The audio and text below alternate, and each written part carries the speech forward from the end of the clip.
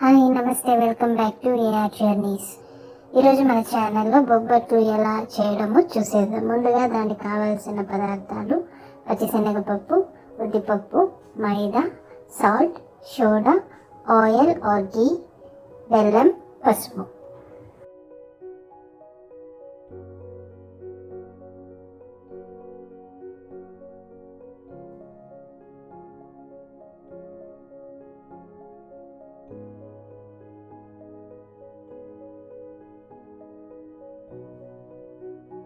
ముందుగా పచ్చిశనగపప్పుని కుక్కర్లో వేసుకొని దానికి తగినన్ని నీళ్ళు పోసుకొని ఒక 8 to 10 విజిల్స్ వచ్చేంత వరకు ఉడికించుకోవాలి. పప్పు బాగా ఉడకాలన్నమాట. అప్పుడే మనకి పూర్ణం చేసుకోవడానికి బాగుంటుంది. పప్పు ఉడికినాక దాన్ని బాగా మరి స్మాష్ చేసుకోవాలి. బాగా స్మాష్ చేసుకున్న తర్వాత ఇప్పుడు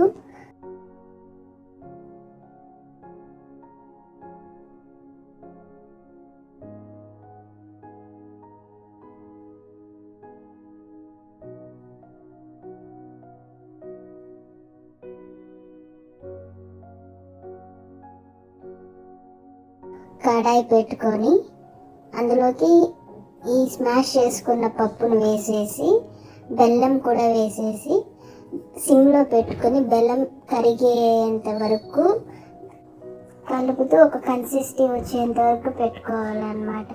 బెల్లం పాకంగా చేసి మళ్ళీ పేస్ట్ని మిక్స్ చేయడం అలా అంతా చేయకూడదు, అప్పుడు టేస్ట్ మాడిపోతుంది. సో బెల్లంగానే వేసి అది సిమ్లో పెట్టుకొని కరిగే వరకు మిక్స్ చేసుకుంటూ ఉండాలి.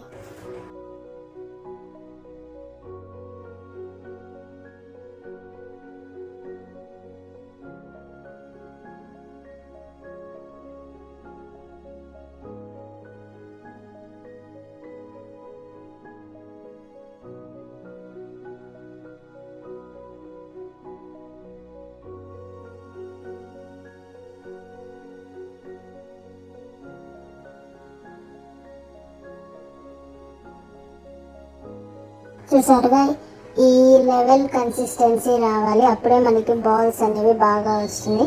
సో ఈ కన్సిస్టెన్సీ వచ్చాక కాసేపు ఊరికి అలా చల్లారిచ్చాక మనం చిన్న చిన్న బాల్స్ పూర్ణంకి రెడీ చేసుకోవాలన్నమాట.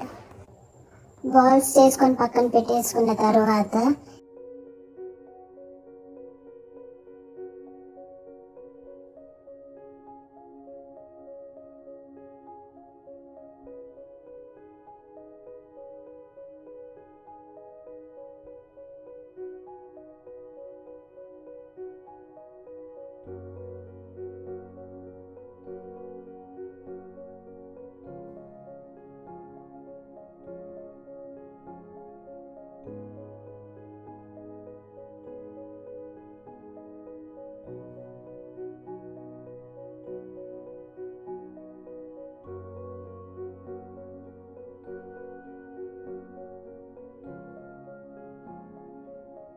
ఇంకొక గిన్నెలో కొద్దిగా ఉప్పు వేసుకొని మైదా పిండి వేసుకొని దాన్ని కలుపుకుంటూ రావాలన్నమాట.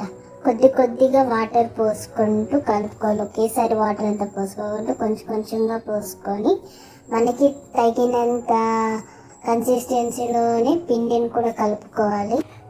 ఫస్ట్ టైం పిండిలోకి వాటర్ పోసుకునేటప్పుడు ఒక 1/2 టేబుల్ స్పూన్ పసుపు తీసుకొని వాటర్లో కలుపుకొని పిండిలోకి వేసుకోవాలన్నమాట. సో మనకి పోలి ఎల్లో కలర్లో రావడానికి కొద్దిగా పసుపు వేసుకుంటున్నాం.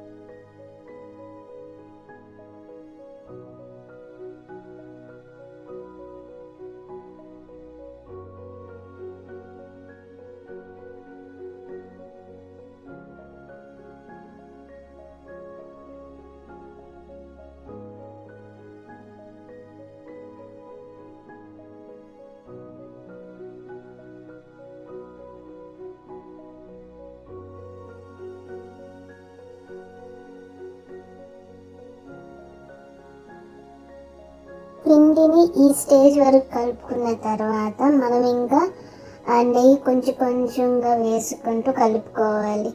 నెయ్యి ఆర్ నూనె ఈ రెండిట్లో ఏదైనా వేసుకోవచ్చు, బట్ మేమైతే నెయ్యి యూస్ చేసాం.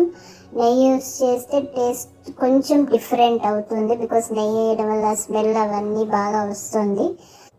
సో అది మీకు ఆప్షనల్, ఆర్ నెయ్యి ఆర్ నూనె ఏదైనా యూస్ చేసుకొని కలుపుకోవచ్చు. బొబ్బట్లు చేసుకోవడానికి ఎక్కువగా ఆయిల్ ఆర్ ఘీ పడుతుంది. సో అది లేకపోతే అది సరిగ్గా రాదు. నేను కొంచెం ఎక్కువే పడుతుంది. సో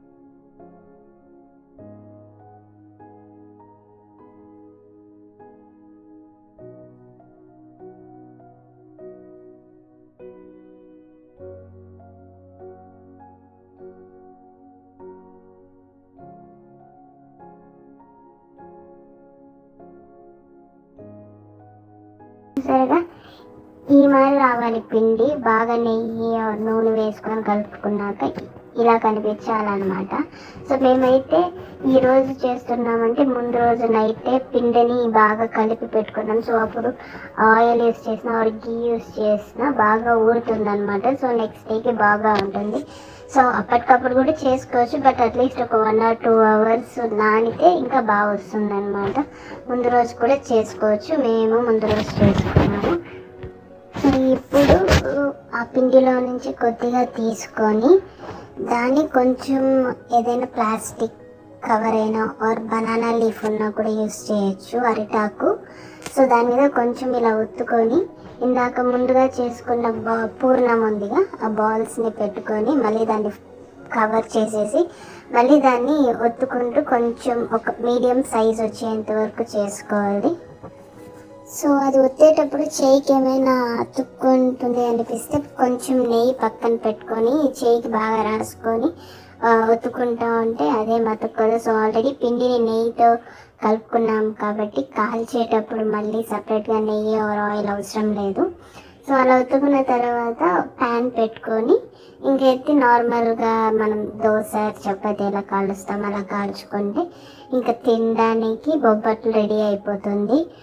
వేడి వేడిగా చాలా బాగున్నాయి. ఇంకా నెయ్యి వేసి చేసిన కమ్మగా బాగునింది. సో మీరు కూడా తప్పకుండా ట్రై చేయండి. మనం తయారు చేసుకున్న పూర్ణం బొబ్బట్లు ఆర్ బూరెలకి సేమ్ పూర్ణమే. సో బూరెలు కూడా ఎలా చేయాలి మన ఛానల్లో ఉంది, ఆ వీడియోని కూడా యాడ్ చేస్తాను.